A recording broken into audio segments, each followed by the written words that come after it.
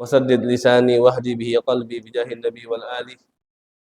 اللهم علمنا ما ينفعنا وانفعنا بما علمتنا warzuqna ilman wa amalan wa fiqhan fid din. Amin ya rabbal alamin. Alhamdulillah. Ma'asyiral hadirin yang dimuliakan juga dirahmati oleh Allah Subhanahu wa taala.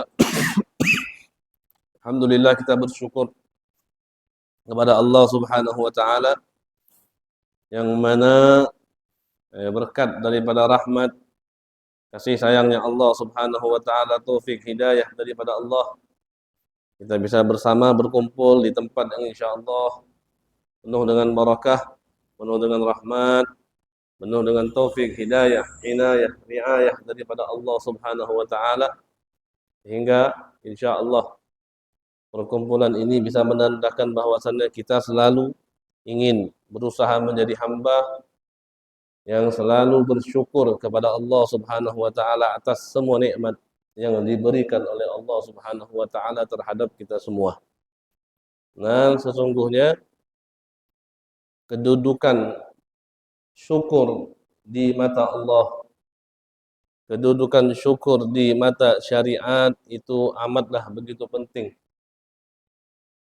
Karena memang kita dianjurkan untuk melakukan beberapa hal yang baik di dalam sifat-sifat yang baik. Kita dianjurkan untuk bersabar, kita dianjurkan untuk memiliki daripada rasa takut kepada Allah. Kita dianjurkan untuk memiliki daripada harapan yang tinggi kepada Allah. Dan juga kita dianjurkan untuk bersyukur kepada Allah Subhanahu wa taala yang mana sifat-sifat tersebut adalah sifat-sifat yang baik. Akan tetapi daripada sifat yang kita sebutkan tadi, sabar itu baik. Bahkan dikatakan as-sabr miftahuhul jannah. Orang sabar itu kuncinya surga. Orang takut itu menandakan bahwasannya dia mendapatkan daripada ilmu yang manfaat. Akan tetapi di antara semua kedudukannya tadi yang kita sebutkan daripada sifat-sifat tadi, syukur itu adalah sifat yang paling baik. Kenapa? Karena syukur itu akan terus berlanjut. Syukur itu akan terus berlanjut dimanapun kita. Baik di masa kita hidup maupun kita nanti sudah mati. Baik di dunia maupun kita di akhirat, rasa syukur itu akan tetap ada. Ketika kita dimasukkan surga oleh Allah Subhanahu wa taala, kita menikmati dari semua kenikmatan yang ada di surga. Di situ kita dianjurkan untuk bersyukur. Di surga masih ada rasa syukur, itu masih ada. Berbeda nanti ketika kita sudah di akhirat kelak, rasa-rasa yang lain nggak ada lagi. Di surga kita nggak dituntut untuk sabar lagi. Sabar itu hanya di dunia. Di surga semua apa yang kita inginkan diberikan oleh Allah Subhanahu wa taala. Nggak ada sabar lagi. Di surga nggak ada rasa takut lagi. Maka yang masih ada di surga nanti di akhirat kelak itu adalah rasa syukurnya kita kepada Allah Subhanahu wa taala. Maka insyaallah dengan hadirnya kita di sini itu menandakan bahwasannya kita berupaya untuk menjadi seorang hamba yang pengen selalu bersyukur kepada Allah Subhanahu wa taala. Ma'asyiral hadirin yang dimuliakan juga dihormati oleh Allah Subhanahu wa taala. Melanjutkan daripada pelajaran kita di minggu yang lalu, yang mana kita sudah mengkaji di minggu yang lalu bahwasannya apakah kita dituntut untuk mempelajari ilmu tauhid sampai batas kiranya kita bisa memberikan perlawanan, memberikan argumentasi, memberikan jawaban kepada apa yang dibincangkan atau apa yang dikatakan oleh orang-orang kafir. Apakah kita belajar ilmu tauhid harus sampai seperti itu? Apakah kita mempelajari ilmu tauhid harus sampai kita bisa melawan, menepis dari apa yang dikatakan oleh agama-agama yang baru dan kita berikan mereka hujah-hujah yang sesuai dengan agama Islam, yang sesuai dengan pendapat Ahlussunnah wal Jamaah? Apakah sampai seperti itu? Apa kata Imam Ghazali kemarin? Kita tidak harus mempelajari ilmu tauhid yang sampai seperti itu. yang diwajibkan kepada kita untuk mempelajari ilmu tauhid yang sekiranya memang kita ini sudah bisa membenarkan daripada keyakinan kita kepada Allah, keyakinan kita kepada agama Islam, itu saja sudah cukup, sudah cukup. Nggak perlu kita bisa sampai memperdalam ilmu tauhid sampai kita bisa menjawab daripada apa yang dibicarakan atau apa yang dikritik daripada orang-orang yang beragama di luar daripada agama Islam. Maka itu hukumnya adalah fardu kifayah. Ya, itu semua adalah hukumnya fardu kifayah. Nah, sampai di mana? Di sini Al-Imam Al-Ghazali radhiyallahu taala anhu ardhah, beliau menyampaikan, apa kata Imam Al-Ghazali? Fa'lam annal ustaza fa in qulta fa in qulta, kata Imam Ghazali, maka apabila kamu bertanya atau kamu katakan, ketika kita sudah tahu bahwasannya kita ini diwajibkan mempelajari ilmu tauhid sampai sebatas kiranya kita sudah bisa meyakinkan diri bahwasannya kita ini beriman kepada Allah Subhanahu wa taala. Sudah sampai di situ selesai. Maka di situ akan timbul pertanyaan. Pertanyaan seperti apa? Fa in qulta hadzal qadru min ilmi tauhid hal yahsulu binadharil insani min ghairi muallimin? Kalau sekiranya ada yang bertanya atau kamu katakan, hadzal qadru min ilmi tauhid, ini kadar daripada ilmu tauhid yang wajib saya pelajari, yang wajib saya ketahui, apakah dengan kadar yang diwajibkan saya untuk mengetahui ilmu tauhid itu, apakah cukup dengan saya mempelajarinya sendiri tanpa bimbingan seorang guru? Apakah cukup seperti itu? Apakah boleh seperti itu atau tidak? Ketika kita tahu bahwasannya yang diwajibkan kepada kita untuk mempelajari ilmu tauhid hanya sebatas kita mengetahui Allah itu ada dengan dalil-dalil yang ijmali, dan itu yang sudah bisa menguatkan daripada keimanan kita kepada Allah. Apakah dengan kadar yang seperti itu cukup dengan pemikiran kita saja tanpa seorang guru? Apakah boleh atau tidak? Apakah cukup atau tidak? Maka apa yang dijawab oleh Imam Al-Ghazali? Fa'lam annal ustaza fatihun wa muallimun wa musahhil. Kata Imam Al-Ghazali, ketahuilah bahwasannya seorang guru tugasnya itu adalah fatihun, membuka, membuka, wa muallim, mengajarkan, wa musahhilun, dan mempermudah bagi seorang muridnya untuk memahami daripada suatu ilmu. Kita bisa memahami suatu ilmu, membuka permasalahan agar kita mudah untuk memahami ilmu tersebut, itu berkat daripada jasanya seorang guru. Makanya di sini seorang guru begitu penting bagi orang yang mau memahami, mendalami daripada ilmu apapun, maka dia harus dibarengi oleh seorang guru. Man kana syaikhuhu kitab wa khata'uhu aktsar bin sawabih. Sebagian ulama katakan man kana syaikhuhu kitab, barang siapa orang yang gurunya itu adalah kitab, buku. Gurunya itu buku, kitab, dia hanya baca sendiri tanpa dibimbing oleh seorang guru. Maka fa khata'uhu aktsar min sawabih. Maka salahnya dia itu bakal lebih banyak daripada benarnya. Orang yang belajar sendiri, membaca kitab sendiri, apalagi kalau kita orang Indonesia, tentunya kita mempelajari kitab terjemahan daripada bahasa Indonesia. Udah pasti kayak gitu. Kalau dia enggak sama sekali belajar sama guru, bagaimana dia bisa mempelajari bahasa Arab? Maka pastinya dia membaca buku-buku yang terjemah. Nah, yang seperti ini yang mempelajari ilmu dengan diri dia sendiri, dibarengi dengan kitab-kitab yang dia kaji tadi, tanpa ada bimbingan seorang guru, kata ulama, maka salahnya itu lebih banyak daripada benar-benarnya. Maka kita penting sekali di dalam mempelajari ilmu-ilmu yang lain juga untuk dibimbing oleh seorang guru. Kata Al-Habib Ali bin Muhammad Al-Habsyi, man la sahba fi zamanihi syekhun arifun makinun, eh, marrat hayatuhu fahuwa ma'dudun fil muflisin. Apa kata Habib Ali Habsyi? Man la sahba fi zamanihi. Barang siapa yang di masanya dia tidak dibarengi. Dibarengi siapa? Syekhun. Seorang guru, arifun, yang mana guru ini mengenal Allah, makinun, yang memang pantas dia untuk mengajar murid tersebut, marrat hayatuhu, maka hidupnya itu akan berlalu, fahuwa ma'dudun bil muflisin, dan dia dianggap orang-orang yang rugi. Kalau semasa hidupnya dia tidak dibarengi dengan seorang guru. Maka penting sekali. Seorang guru itu sangat penting sekali di dalam kita berjalan di jalan Allah, di dalam kita untuk mengenal Allah. Sangat penting daripada jasanya seorang guru. Jadi jangan sekali-sekali, terkhususnya di dalam mempelajari daripada ilmu tauhid itu tidak dibimbing oleh seorang guru.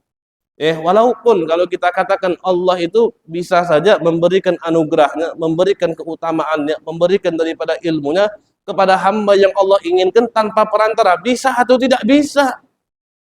Dan ada saja mungkin orang-orang yang khusus yang bisa mengenal Allah tanpa ada perantara makhluk apapun, bisa saja ada. Tapi itu untuk orang-orang yang memang dikhususkan oleh Allah Subhanahu wa taala. Dan untuk kita yang ada ini, maka kita harus mempelajari daripada ilmu-ilmu tersebut, tentunya harus dibimbing dan dibarengi oleh seorang guru. Apalagi kita kebanyakan mayoritas daripada kita ini tidak memahami daripada bahasa Arab. Karena seseorang ketika dia ingin memahami daripada ilmu agama, maka kuncinya itu ada di bahasa Arab. Bahasa Arab itu kunci sumber semua ilmu. Karena Allah Subhanahu wa taala katakan, inna anzalnahu Qur'anan Arabiyya. Aku turunkan daripada Al-Qur'an. Dengan bahasa apa Al-Qur'an turunkan? Dengan bahasa Arab.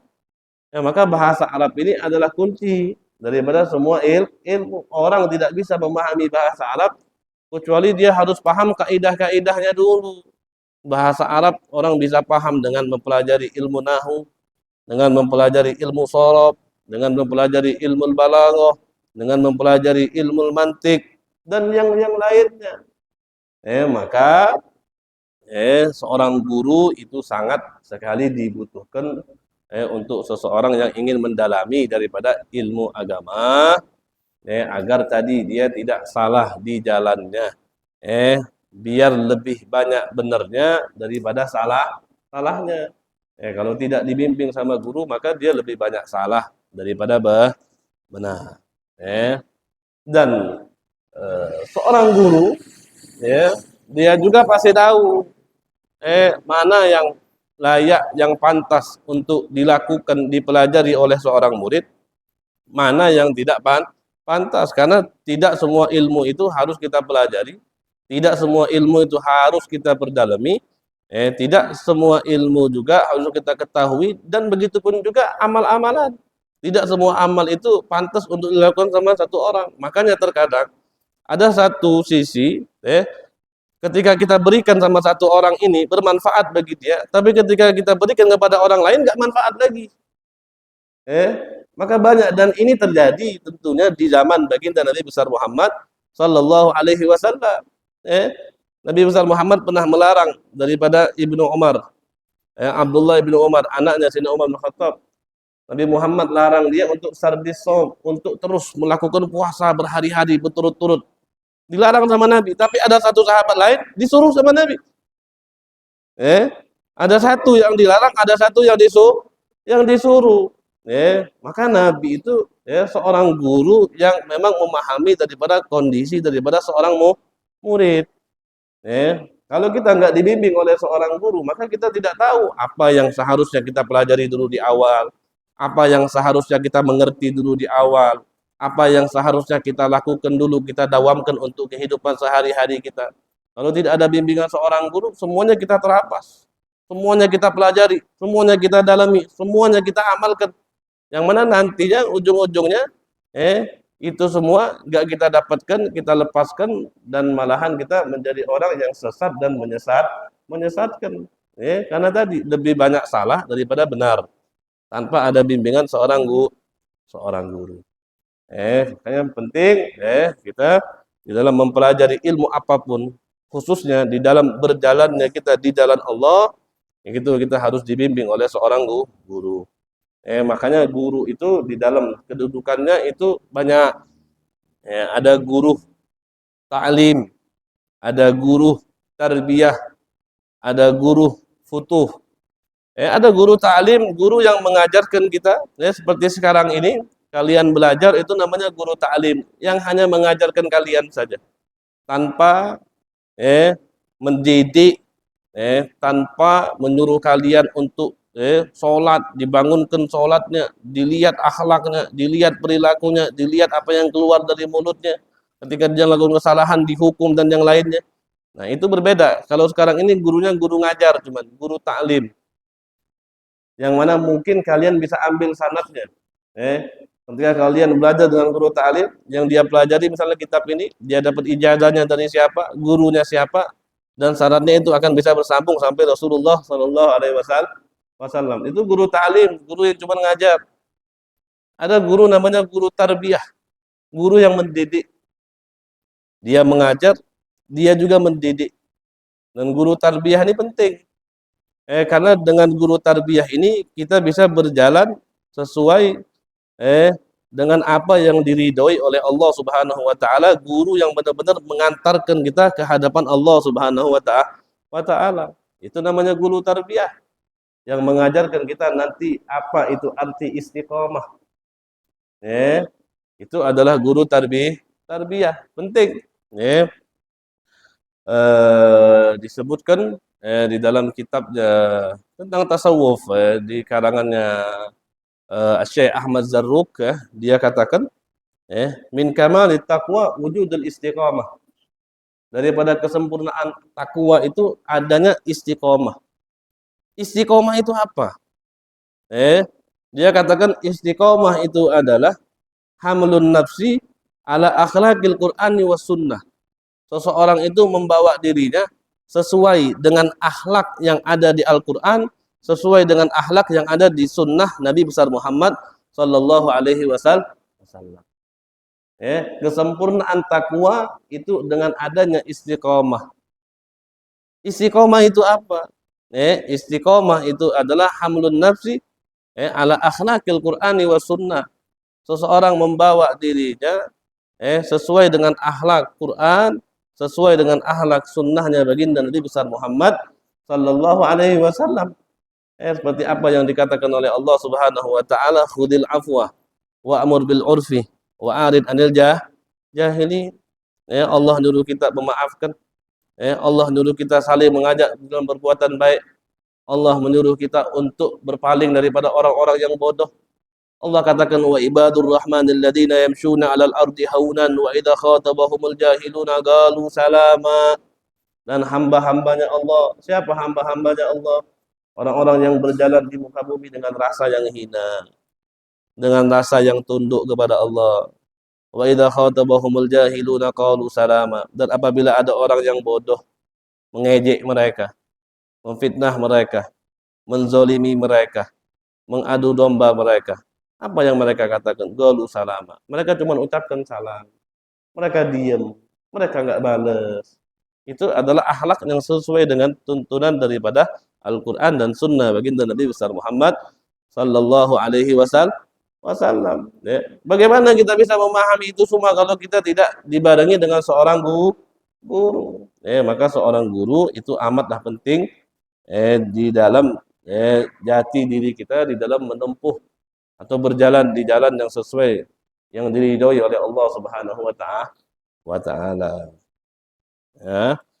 Maka di sini Imam Al-Ghazali katakan annal ustada fatihun wa muallimun wa musahil. Seorang guru itu tugasnya membuka, mengajarkan dan mempermudah bagi seorang murid untuk memahami daripada ilmu tauhid. Dengan adanya seorang guru dia lebih mudah untuk memahami. Dia lebih lebih jauh daripada kata kesalahan ketika dia dibimbing oleh seorang guru. Wa tahsil ma'ahu ashal wa arwah. dan mendapatkan ataupun mempelajari ilmu tauhid dibarengi dengan seorang guru lebih mudah dan lebih menyenangkan bagi hati. Hati kita lebih mantap. Karena ketika kita menghadapi suatu masalah yang ada dalam ilmu tauhid, ketika kita bingung walaupun kita sudah baca, orang nggak tahu gimana, orang nggak tahu, orang baru tahu. Misalnya baru dia mempelajari dengan satu kitab tanpa bimbingan seorang guru, dia baru baca, bagaimana dia bisa memahami? Tapi dengan adanya seorang guru, ketika dia tidak paham di dalam satu masalah, dia tanyakan kepada seorang guru, itu lebih mudah. Dan hatinya lebih tenang. Wallahu ta'ala bifadlihi yamunnu ala man yasha'u min ibadih. Dan Allah Subhanahu wa taala dengan keagungannya Allah, dengan keutamaannya Allah Subhanahu wa taala, Allah bisa memberikan daripada ilmu kepada siapapun yang Allah inginkan. Fayakunu huwa muallimahum subhanahu wa ta'ala. Bahkan Allah Subhanahu wa taala yang menjadi pembimbing daripada hamba tersebut.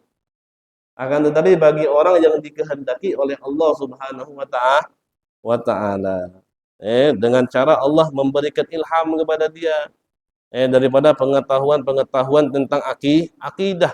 Dan ini orang-orang yang dikhususkan, hanya orang-orang yang dikhususkan oleh Allah Subhanahu wa taala. Kemudian Al-Imam Al-Ghazali, beliau juga mengatakan tsumma kemudian ketahuilah anna hadhil aqabata allati hiya aqabatul ilmi aqabatun ka'ud. Bahwasannya jalan ini, jalan yang azimah, yang besar. Kenapa ilmu dibilang jalan yang besar? Karena madaril kul. Ilmu itu sumber semuanya. Sumber ibadah, sumber masalah hati. Semua daripada itu semua yang kita jalankan keseharian itu sumbernya ada di dalam ilmu. Maka ilmu itu aqabah allati hiya aqabatul ilm aqabatun ka'ud. Ilmu itu adalah jalan yang rumit, jalan yang sulit untuk ditempuh. Ka'ud itu artinya sulit, susah.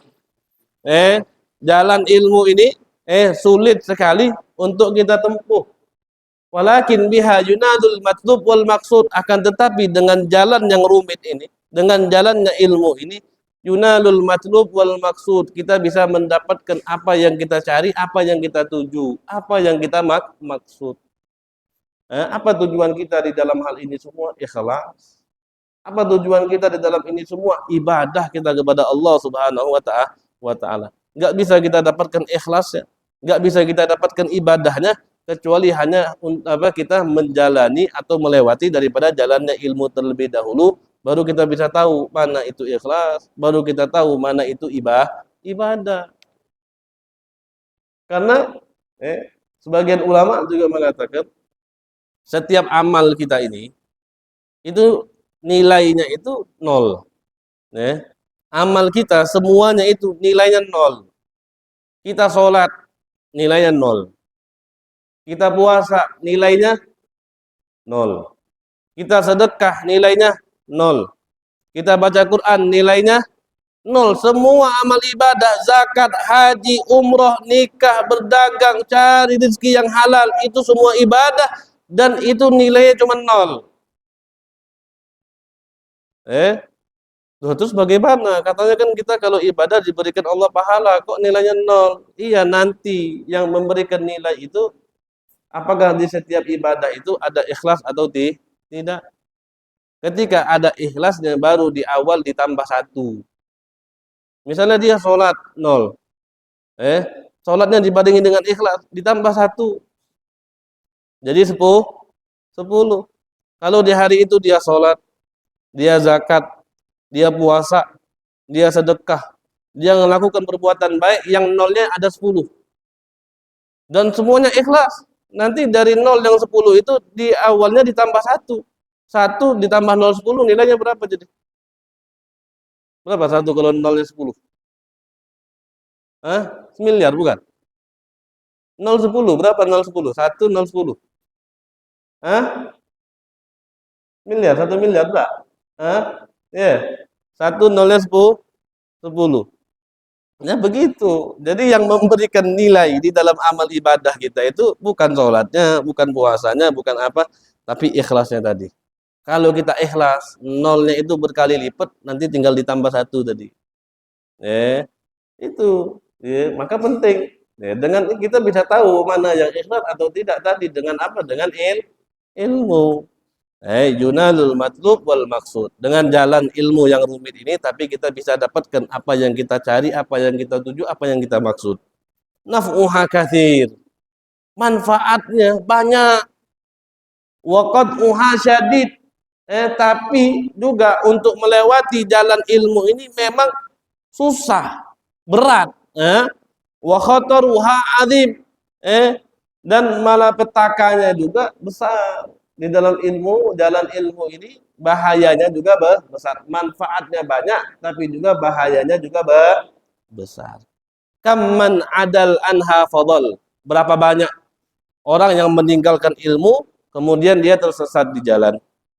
Wa kamman salakaha fadalla. Berapa banyak orang yang berjalan di jalan ilmu, kemudian dia tergelincir.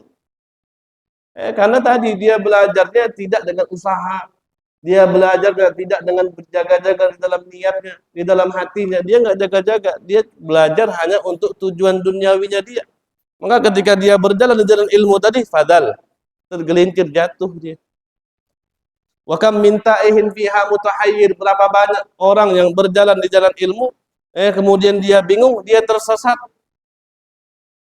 Wa kam min hasirin fiha munqati'un. Berapa banyak orang yang berjalan di jalan ilmu kemudian terputus di tengah jalan. Tergelincir di tengah jalan. Wa kam min salikin qata'aha fi muddatin yasirah. Dan juga ada orang yang berjalan di jalan ilmu dan dia bisa dapatkan ilmu yang manfaat dengan waktu yang singkat. Ada juga yang seperti itu.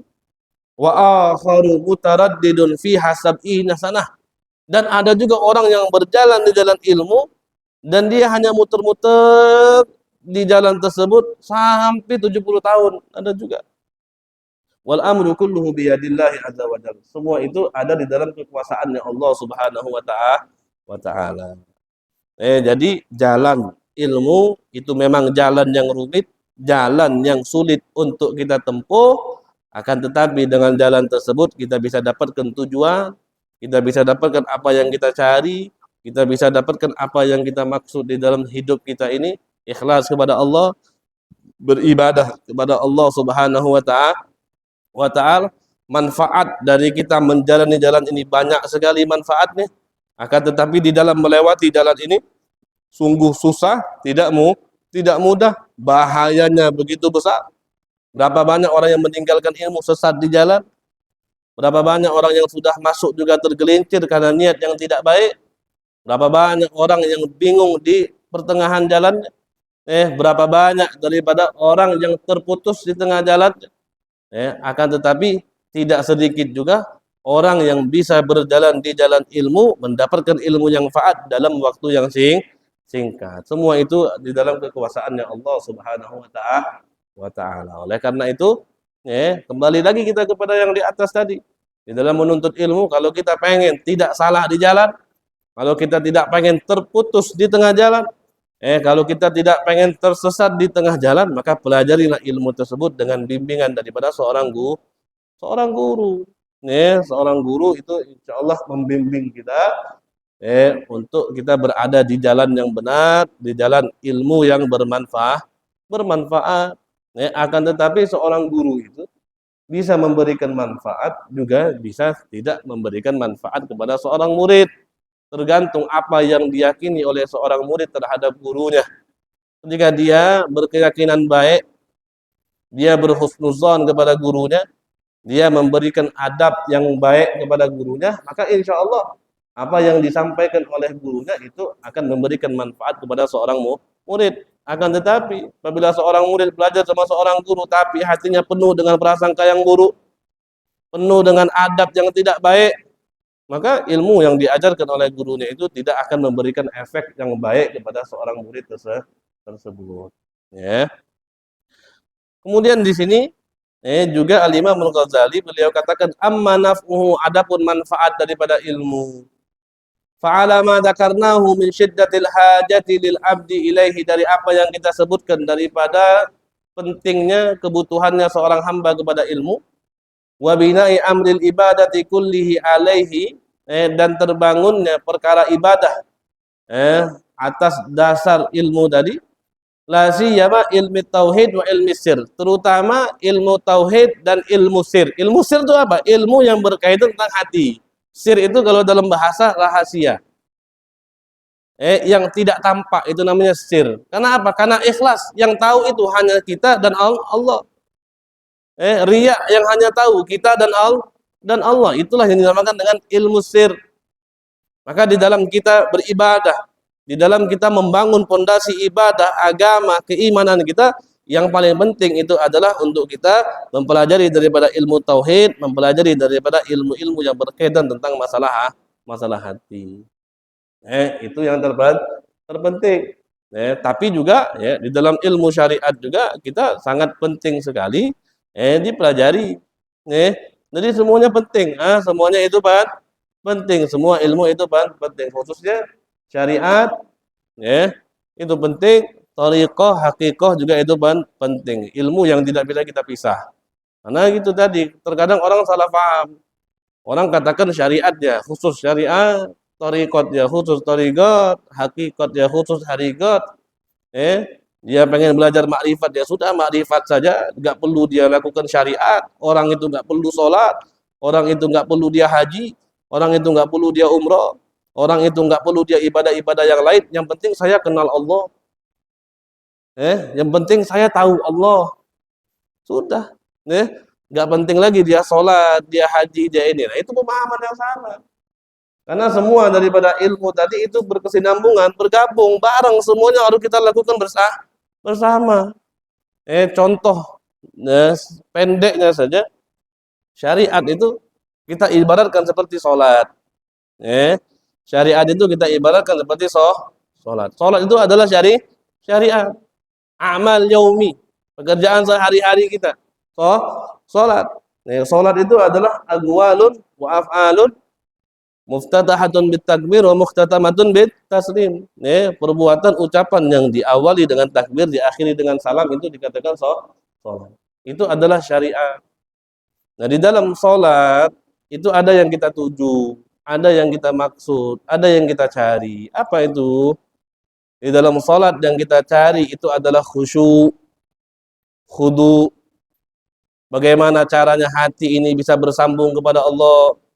Bagaimana caranya hati ini bisa kosong daripada pikiran-pikiran duniawi? Bagaimana hati ini bisa merasakan lezat di dalam sholat karena dia bersambungnya kepada Allah Subhanahu wa ta'ala. Nah, khusyuk, khudu, bisa bersambungnya kita kepada zat Allah tadi, itulah dinamakan dengan hakikoh. Atau ma'rifat. Itu syariat itu adalah salat. Yang kita tuju di dalam salat itu bisa katakan dengan hakikoh. Gimana orang bisa khusyuk kalau dia nggak salat? Gimana dia bisa bersambung kepada Allah, mengenal Allah, lebih dekat dengan Allah kalau dia nggak salat? Nah, ketika seseorang sholat dan yang dicari khusyuk, maka di situ harus ada wasilah perantaranya. Perantaranya itu adalah thariqah. Thariqah itu upaya, usaha dia. Di dalam sholat bagaimana dia bisa dapat yang dinamakan dengan khusyuk tadi. Salah satunya dengan kita belajar, dengan kita tahu masalah hati kita, dengan kita tahu masalah duniawi itu adalah sesuatu hal yang sangat dibenci oleh Allah. Maka tiga ini semuanya harus berjalan bersama. Nggak bisa kita pisah-pisah, nggak bisa kita ambil satu-satu. Saya ambil thariqatnya saja, kamu ambil syariatnya saja, dan kamu ambil ma'rifatnya saja, nggak bisa. Tiganya harus berjalan bersama. Harus ada syariat, harus ada thariqat, juga harus ada hakikah. Semuanya harus ada. Seperti itu, seperti itu. Jadi jangan salah paham, gitu. Jangan ambil satu-satu, ambillah semuanya. Walaqad ruwiya, maka telah diriwayatkan annallaha ta'ala auha ila Dawud alaihi salam. Allah Subhanahu wa taala memberikan wahyu kepada Nabi Allah Dawud alaihi salam. Faqala ya Dawud, kemudian Allah berkata kepada Nabi Allah Dawud, ta'allamil ilman nafi. Kata Allah, wahai Dawud, pelajarilah ilmu yang manfaat. Faqala, kemudian Nabi Allah Daud berkata, Ilahi, wahai Tuhanku, wamal ilmun nafi. Apa itu ilmu yang manfaat ya Allah? Maka kata Allah Subhanahu wa taala, anta arifa jalali wa azamati wa kibriyai wa kamala qudrati ala kulli syai'. Ilmu yang manfaat itu adalah ilmu yang kau tahu kekuasaanku, kau tahu keagunganku, kau tahu daripada kesombonganku, kau tahu daripada sempurnanya kekuasaanku, kemampuanku atas segala sesuatu, kata Allah. Fa inna hadzal ladzi yuqarribuka ilaih, karena itu semua yang bisa mendekatkanmu kepadaku, kata Allah Subhanahu wa taala. Nah, itu adalah ilmu yang manfaat, ilmu yang manfaat. Ilmu yang manfaat tadi apa? Ilmu yang mengajarkan kepada kita untuk tahu daripada kebesarannya Allah. Kita hanya tahu bahwa sifat sombong itu hanyalah sifatnya Allah, sifat yang hanya dimiliki oleh Allah. Sebagai seorang hamba, kita sedikit pun tidak boleh memiliki daripada sifat sombong, karena sifat sombong itu hanya pantas untuk Allah Subhanahu wa taala. Al-Habib Abdullah bin Alwi Al-Haddad di dalam kitabnya Adab Sulukil Murid, beliau mengatakan, sifat sombong itu yadullu min sahibihi ala ghayatil hamaqah wa nihayatil jahalati wal ghabawa. Kata Al-Habib Abdullah bin Alwi Al-Haddad, sifat sombong itu menunjukkan bahwasannya orang yang bersifat sombong itu ala ghayatil hamaqah, dia itu ada di puncak kebodohan. Wa nihayatil jahalati wal ghabawah, dan di akhir daripada kedunguan. Orang bodoh berarti dia berada di puncak kebodohan, di akhir daripada kedunguan. Kenapa? Kata Al-Habib Allah Al-Haddad, karena orang yang sombong, bagaimana pantas bagi seorang hamba itu untuk sombong? Wa kaifa yaliku wa huwa ma'lumun annahu makhluqun min nutfatin madirah wa bil qurbi yasiru jifatan gazirah, kata Abdullah Haddad. Bagaimana dia pantas untuk sombong padahal dia tahu dia itu adalah makhluk yang Allah ciptakan dari sperma yang hina, dan sedikit lagi dia akan jadi bangkai yang menjijikkan. Apakah orang yang dibuat dari sperma yang hina yang akan menjadi bangkai yang menjijikkan tadi pantas untuk sombong? Kita semua dibikin dari sperma, berakhir bakal jadi bangkai. Makanya dibilang wabil kurbi, sedikit. Ketika kita udah diciptakan, nggak lama nanti bakal jadi bangkai. Hidup kita ini nggak lama.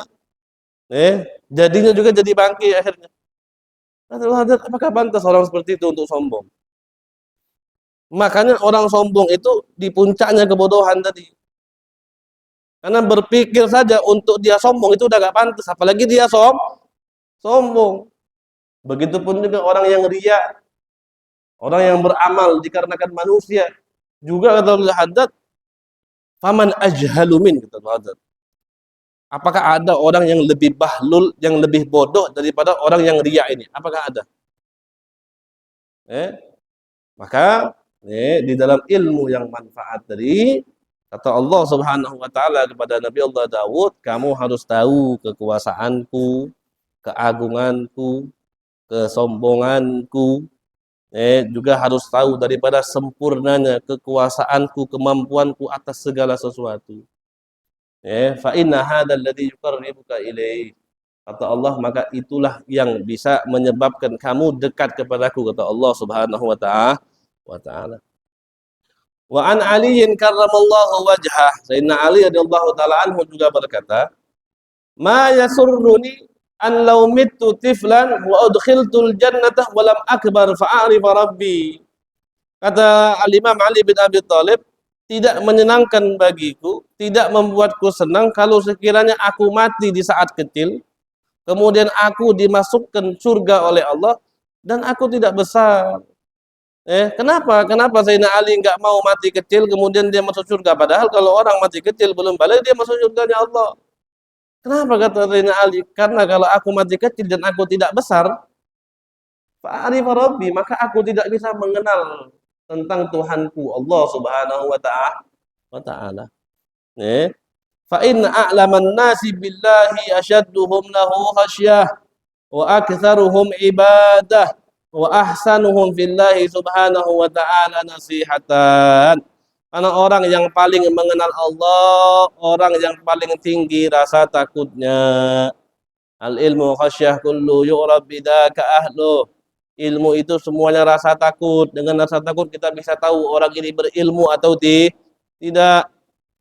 Orang yang paling mengenal Allah itu adalah orang yang paling takut kepada Allah Subhanahu wa ta'ala wa aktsaruhum ibadatan, orang yang paling banyak ibadahnya, wa ahsanuhum fillahi nasihatan, orang yang paling banyak, yang paling baik memberikan nasihat dikarenakan Allah Subhanahu wa ta'ala. Wa amur bil urfi, kata Allah. Perintahkan orang untuk berbuat baik. Dengan cara apa kita merintahkan orang? Ngajak, nasihat, memberikan wejangan. Maka orang yang paling banyak memberikan nasihat kepada temannya, kepada keluarganya, mengajak mereka ke jalan yang baik, itulah orang-orang yang paling banyak takut kepada Allah dan orang yang paling banyak mengenal Allah Subhanahu wa ta'ala. Wa amma syiddatuha, dan adapun susahnya daripada jalan di dalam menuntut ilmu ini, fadhul nafsaka fil ikhlasi bi talabil ilmi, maka upayakanlah daripada dirimu, keluarkanlah semua apa yang ada di dalam dirimu, fil ikhlasi fi talabil ilm, di dalam ikhlas di dalam menuntut ilmu. Kita harus ikhlas, karena memang susah sekali di dalam jalan ilmu ini untuk kita ikhlas. Karena mungkin tujuan ada orang yang belajar ilmu agar orang itu dipandang, agar orang itu dihormati, agar orang itu dimuliakan, agar orang itu bisa bersanding dengan ulama-ulama yang ada di zamannya, agar dia bisa membanggakan dirinya terhadap orang-orang yang pakar, yang pintar dalam satu masalah. Nah, niat-niat yang seperti itu, niat-niat yang bisa menjatuhkan orang di dalam jalannya menuntut ilmu, maka harus ikhlas. Dalam menuntut ilmu harus ikhlas. Maka kita harus memperbaiki niat pertama kali. Sebelum kita mengkaji daripada ilmu, maka hal pertama kali yang harus kita lakukan itu adalah memperbaiki daripada niat. Maka tidak banyak, tidak sedikit daripada ulama yang ketika mereka mendahului daripada kitabnya itu, mereka sebutkan tentang permasalahan niat. Karena niat itu masalah paling penting. Kita bisa selamat di jalan itu tergantung daripada niatnya. Kalau niatnya baik, ikhlas karena Allah, maka insya Allah jalannya itu akan dimudahkan oleh Allah Subhanahu wa ta'ala. Tapi beda kalau tujuannya karena orang lain, maka dia akan dimasukkan neraka oleh Allah dan jalannya akan dipersulit oleh Allah Subhanahu wa ta'ala. Di dalam salah satu hadis, Nabi besar Muhammad sallallahu alaihi wasallam mengatakan bahwasanya nanti ketika di hari pengadilannya Allah Subhanahu wa ta'ala, semua orang yang beramal dikarenakan manusia, itu Allah katakan sama mereka nanti, kata Allah, kamu pergi, kata Allah, kamu ambil pahalanya kepada orang yang kamu lakukan dulu ibadahnya dikarenakan mereka. Jadi jangan ambil pahalanya sama aku, kata Allah. Jangan ambil pahala sholatnya sama aku. Jangan minta pahala puasanya karena aku. Jangan minta pahala sedekahnya dengan aku, kata Allah. Dulu kau lakukan sholat itu karena dia. Mintalah sama dia, kata Allah. Di hari kiamat siapa yang bisa memberikan kita pertolongan? Siapa yang bisa memberikan kita pahala? Siapa yang bisa memberikan kita kebaikan melainkan Allah Subhanahu wa ta'ala. Orang yang dulu di dunia kita beramal karena mereka saja belum tentu masuk surga. Kalau mereka toh juga masuk surga, apakah mereka bisa bantu kita? Belum tentu. Semua yang bisa memberikan kemudahan bagi kita itu hanyalah Allah Subhanahu wa ta'ala. Maka kita harus mendahulukan daripada ikhlas. Wal yakuni talab dirayah la talab riwayah. Dan jadilah pencarian ilmu tersebut ilmu yang memberikan kita pengetahuan yang banyak. La talab riwayah, jangan mencari ilmu cuman hanya sekedar riwayat. Oh, saya ini belajar sama fulan, yang sanadnya bersambung sama Rasulullah. Oh, saya ini belajar sampai S1, S2, S3 dokter, S1-nya di sini, S2-nya di sana, S3-nya di sini. Nah, itu kan menuntut ilmu dikarenakan riwayat hanya cuma gelar ataupun dia pengen ngambil sanad-sanad yang tinggi, tapi bukan ilmu yang lebih ke dalam pengetahuannya di dia. Jadi jangan kita hanya mencari itu, memang di dalam sanad itu ada kedudukan. Ada kedudukan. Kalau kita sanad dan lebih tinggi, maka kemungkinan di dalam riwayatnya kita itu lebih baik daripada yang lain. Tapi itu jangan dijadikan niatnya kita mencari ilmu karena itu. Jangan diniatkan seperti itu. Wa'lam, maka ketahuilah kata Imam Al-Ghazali, annal khatara adib, bahwasannya bahaya di dalam jalan ilmu ini adim, besar. Faman talabal ilma liyasrifa bihi wujuhan nasi ilaihi, maka barang siapa orang yang menuntut ilmu tujuannya untuk memalingkan daripada pandangan manusia kepada dia. Wa yujalisa bihil umara, orang yang menuntut ilmu hanya pengen duduk dengan orang-orang pejabat. Wa yubahiya bihin nudara, orang menuntut ilmu cuman hanya pengen membanggakan dirinya terhadap orang-orang yang pintar. Wa yatasayyada bihil hutam, tujuan dia menuntut ilmu hanya untuk meraih daripada dunia. Fatijaratuhu ba'iratun, kata Al-Imam Al-Ghazali, maka perniagaannya itu bangkrut. Orang yang nuntut ilmu karena itu dianggap seperti orang yang berdagang, tapi berdagangnya bangkrut. Safaqatuhu khasiratun, kerjasamanya juga rugi, kesepakatannya juga rugi. Qala Rasulullah sallallahu alaihi wasallam, Nabi besar Muhammad berkata, man talabal ilma liyufakhira bihil ulama, barang siapa orang yang menuntut ilmu cuman hanya pengen membanggakan dirinya kepada ulama-ulama, au liyumadiya bihis sufaha, nuntut ilmu hanya pengen berdebat dengan orang-orang yang bodoh, auliya sifa bihi wujuhan nasi ilaihi, nuntut ilmu hanya pengen dibanggakan atau memalingkan pandangan orang, hanya tertuju kepada dia saja. Adkhalahullahu an-nara, orang yang nuntut ilmu dengan tujuan seperti itu Allah akan masukkan dia ke dalam api neraka. Makanya nggak boleh. Tidak boleh kalau kita menuntut ilmu dengan niat-niat yang seperti itu. Jangan kita menuntut ilmu cuman pengen dipandang orang saja, cuman pengen bisa duduk sama pejabat-pejabat saja, cuman pengen dibanggakan di hadapan orang-orang yang pintar juga, cuman pengen dibanggakan daripada orang yang hidup sezamannya, dia pengen dikatakan saya ini lebih pintar daripada dia, saya ini lebih alim daripada dia, ilmu saya lebih tinggi daripada dia. Kalau sekiranya tujuannya seperti itu, apalagi dengan tujuan duniawinya dia, maka adkhalahullahu an-nara, orang tersebut akan dimasukkan Allah Subhanahu wa taala ke dalam api nerakanya Allah Subhanahu wa taala. Qala Abu Yazid Al-Bustami, Abu Yazid Al-Bustami beliau mengatakan, amiltu fil mujahadati 30 sanah, fama wajadtu syai'an asyadda alayya minal ilmi wa khatarih.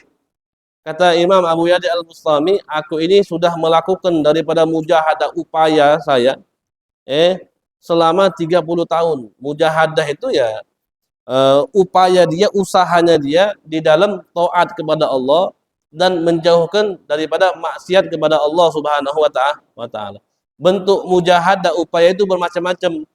Ada sebagian ulama bentuk daripada mujahadahnya dia agar dia mematikan daripada hawa nafsunya dia. Yang dia tinggalkan bukan hanya yang haram saja, tapi yang dia tinggalkan, yang makruh dia tinggalkan, yang mubah saja terkadang mereka tinggalkan. Itu cara mereka mujahadah, mendidik diri mereka agar mereka menekan daripada hawa nafsu, karena tidak semua hawa nafsu itu semuanya mereka turuti, tidak. Syekh Umar Al-Mukhdar, dia itu orang yang paling suka makan kurma. Orang Arab dulu dia suka makan kurma. Kurma itu haram, makruh atau mubah atau gimana? Ketika kita puasa, sunnah kita makan kurma. Tapi kurma itu dia tinggalkan. Kenapa? Karena kurma itu makanan yang paling dia suka. Dia pengen didik dia punya hawa nafsu, dan dia nggak mau mengikuti dari apa yang diminta oleh hawa nafsunya dia. Dia tinggalkan makan kurma itu selama 5 tahun kalau nggak salah. Dia tinggalkan makan kurma, nggak makan kurma sama sekali. Padahal mubah, sesuatu hal yang diperbolehkan, tidak ada larangan orang makan kurma. Tapi dia tinggalkan untuk apa tadi? Untuk dia mendidik daripada dia punya hawa nafsunya dia. Karena tidak semua hawa nafsu itu harus kita ikutin. Walaupun itu perkara-perkara yang mubah. Wan nafsu katifli illam tuhmilhu syabba ala hubdir rada wa illam taftimhu yan fatimi. Nafsu itu ibarat anak kecil. Illam tuhmilhu syabba ala hubdir rada. Nafsu itu seperti anak kecil yang kalau kita enggak kalau kita enggak mau membatalkan atau enggak mau menuruti apa yang diinginkan nafsu, kita ikutin semua terus, apa yang dia pengen kita ikutin, apa yang kita pengen kita ikutin. Itu seperti anak kecil yang kalau mau kita sapih dari susu maknya. Gimana anak kecil kalau mau kita sapih? Nangis, berhari-hari, berminggu-minggu. Nanti kita kasih sesuatu hal yang pedas, yang masam, yang gak enak di mulut dia. Sama seperti itu nafsu. Kalau kita nggak pisah dia, nggak sapih itu nafsu, dia bakal seperti anak kecil tadi yang pengennya dia cuma nyusu aja sama emaknya. Begitupun juga itu nafsu. Jadi harus kita sedikit-sedikit kita ulur. Oh, ana nih sekarang ini lagi pengen minum air es. Nggak usah. Nggak usah. Ulur sekali. Oh, besok saya pengen makan ayam goreng. Nggak usah lah. Diulur. Makannya telur aja jadinya. Jadi sedikit-sedikit nafsu itu walaupun perkara yang mudah, itu juga nggak harus kita ikutin semua. Maka itu salah satu caranya. Sebagian ulama di dalam bermujahadah. Berusaha upaya mereka di dalam menjauhi hal-hal yang haram dan mendekatkan diri mereka kepada Allah Subhanahu wa ta'ala. Dan itulah yang dilakukan oleh Al-Imam Abu Yazid Al-Bustami. Beliau katakan, aku di dalam bermujahadah ini, aku sudah bermujahadah selama 30 tahun. Dalam hal apapun katanya.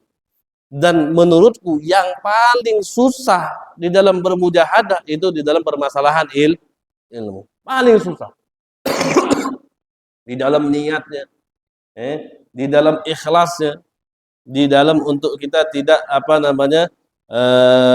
pengen dipandang sama orang, dimuliakan oleh orang, maka itu katanya hal yang paling susah dan juga itu hal yang paling terakhir dicabut oleh Allah kepada hati-hati walinya Allah Subhanahu wa taala.